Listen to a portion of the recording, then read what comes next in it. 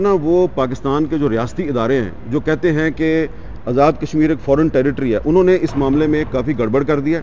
पाकिस्तान के जो दुश्मन हैं उनके हाथ मजबूत किए जा रहे हैं और ऐसा लगता है कि इस वक्त हमारे इदारों में वो लोग जो हैं उनका असर और रसूख अभी तक मौजूद है जो कि जनरल कमर जवेद बाजवा की और जनरल फैज़ की पॉलिसी पर चलते थे, उनकी बाकियात और जो ज़बरदस्ती कश्मीर जो है वो उसको सरेंडर करने की कोशिश कर रहे थे। ये जो आप देखें कि अहमद फराद की जो गिरफ्तारी का दिन है वो कौन सा दिन है?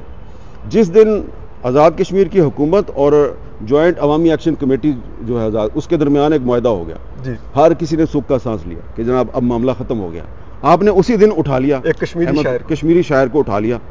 इसका क्या मतलब है कि आप चाहते हैं कि वो जो मुआहदा हुआ है वो सबूताज, आप चाहते हैं कि कश्मीर में दोबारा गड़बड़ हो, आग लगी। तो अब अगर आप अहमद फराद पे दहशतगर्दी के मुकदमे कायम कर रहे हैं और आप उसको छोड़ने के लिए तैयार नहीं हैं और अभी आपने उसका जो रिमांड है फिजिकल रिमांड भी दे दिया, तो इसका मतलब ये है